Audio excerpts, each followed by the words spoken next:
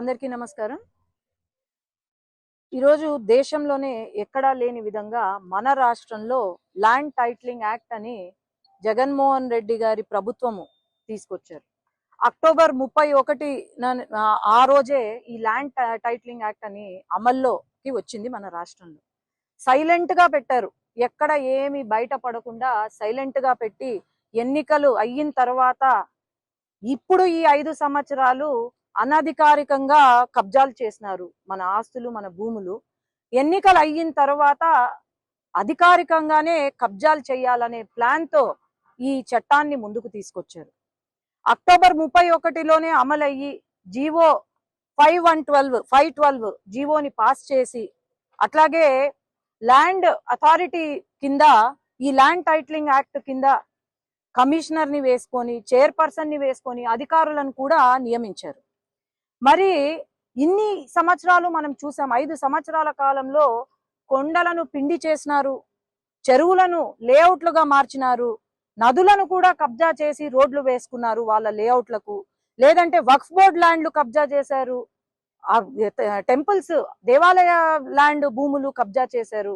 అట్లాగే ZP high schools కబ్జా చేశారు, జూనియర్ కాలేజెస్ కబ్జా చేశారు. ఇంకా ఏం మిగిలిందని? పేదవాడు ఎంతో కొంత ఆస్తి సంపాదించి ఏదో వాళ్ళ కూతురో కొడుకో పెళ్లికో లేకపోతే వాళ్ళ పిల్లల చదువుకో ఎప్పుడైనా అవసరం పడితే అమ్ముకోవాలని చూస్తున్నారు. కానీ ఇప్పుడు ఈ ల్యాండ్ టైటిలింగ్ యాక్ట్ తో ఏమవుతుందంటే, మనము ఈ జీవోలో చూస్తే 5వ సిరీస్ లో చూస్తే ఏముంది, టైటిలింగ్ ఆఫీసర్ అంట. టైటిలింగ్ ఆఫీసర్ ఎవరైతే ఉన్నారో వాళ్ళు ఎవరైనా ఉండొచ్చు అని ఈ జీవోలో పేర్కొంటుంది. అంటే ఈ టైటిలింగ్ ఆఫీసర్ ఎవరైతే ఉన్నారో వాళ్ళు వైసీపీకి చెందిన వాళ్ళు ఉండొచ్చు. అక్కడ ఎవరైనా వెళ్ళి మాది డాక్యుమెంట్స్ సబ్మిట్ చేయాలా, ఒరిజినల్ డాక్యుమెంట్స్ వీళ్ళ దగ్గర ఉంటదంట, జెరాక్స్ డాక్యుమెంట్స్ మన వాళ్ళకి ఇస్తారంట. మరి ఈ జెరాక్స్ డాక్యుమెంట్స్ తో మనకు బ్యాంక్ లోన్లు రావు, లేదంటే పిల్లల కోసము ఏదన్నా ఆస్తి అమ్మాలనుకున్నా ఈ జెరాక్స్ డాక్యుమెంట్స్ తో మనకు ఏమి కాదు. ఒరిజినల్ డాక్యుమెంట్స్ మటుకు వాళ్ళ దగ్గర ఉంటాయి. ఈ టైటిలింగ్ ఆఫీసర్ ఎవరైతే ఉన్నారో వాళ్ళు పేర్లు ఎవరి పేర్ల పైనైనా మార్చొచ్చు అన్నమాట. అంటే ఇక్కడ ఆలోచన చేయండి, ప్రతి ఒక్కరూ ఆలోచన చేయాలి. ఈ రాష్ట్రంలో మన ఆస్తులు మనవి అని అనుకున్న ఆస్తులు మరుసటి రోజు వీళ్ళు మన పేర్లు మార్చొచ్చు, సర్వే నంబర్లు మార్చొచ్చు, ఏది ఏమైనా జరగచ్చు, ఇక్కడ ఎవరి పేరు పైన ఉండొచ్చు. మరి మనం ఒక్కటే ఆలోచన చేయాలా, మన సంపాదించిన ఆస్తులు జగన్మోహన్ రెడ్డి గారికి ఇవ్వాలా, ఇక్కడ ఉన్న వైసీపీ నాయకులకు ఇవ్వాలా?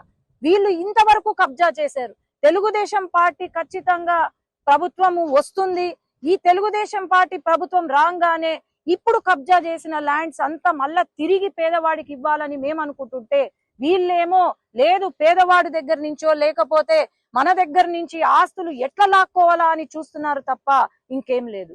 అందరూ కూడా ఆలోచన చేయండి, మీ ఆస్తులు మీవిగా ఉండాలి, మీరు కష్టపడినారు, మీ ఆస్తులు మీవిగా ఉండాలి అనుకుంటే జగన్మోహన్ రెడ్డి గారికి మళ్ళీ ఓటు వేశారు అంటే మాత్రము మీకు ఇంకా మీ ఆస్తి ఒక్క రూపాయి కూడా ఉండదని నేను చెప్తున్నాను.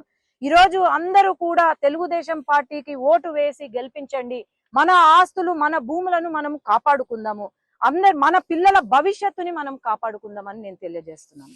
అట్లాగే ఈ జీవో ఏదైతే ఉందో, ఇక్కడ నంద్యాల పార్లమెంటు తరపు నుంచి ఈ జీవో పరిస్థితి, మొత్తం రాష్ట్రం పరిస్థితి కూడా ఇదే అవ్వబోతుంది. మరి ఆలోచన చేయండి అందరూ కూడా. For more videos like this, subscribe Big TV channel.